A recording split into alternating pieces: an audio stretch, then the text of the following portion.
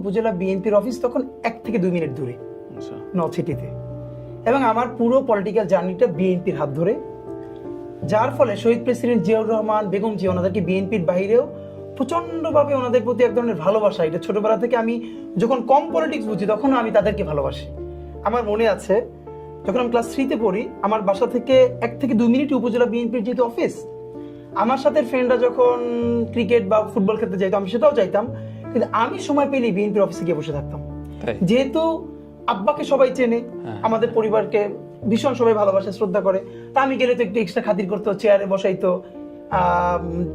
কিন্তু আমার মনে আছে আজকে যে আপনার 2001-এর আগ পর্যন্ত 96 থেকে যখন আওয়ামী লীগ ক্ষমতায় ছিল, তখন না দেশে আমি ভাবি তখনও বাংলাদেশে না পলিটিক্সটা ছিল।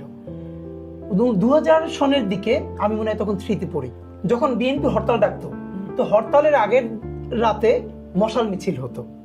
দুইটা জিনিস হতো, একটা হলো আগের দিন টেম্পুতে করে মাইকিং হতো, আগামীকালকের হরতাল সফল হোক সফল হোক, সন্ধ্যার পরে মশাল মিছিল হতো।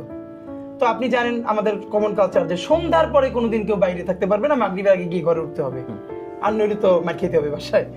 তো আমি এই মার খাওয়ার ঝুঁকি নিয়েই যতদিন হরতালের আগে মশাল মিছিল হইতো আমি গিয়ে বিএনপির অফিসে বসে থাকতাম এবং এই মশাল মিছিলে যোগ দিতাম।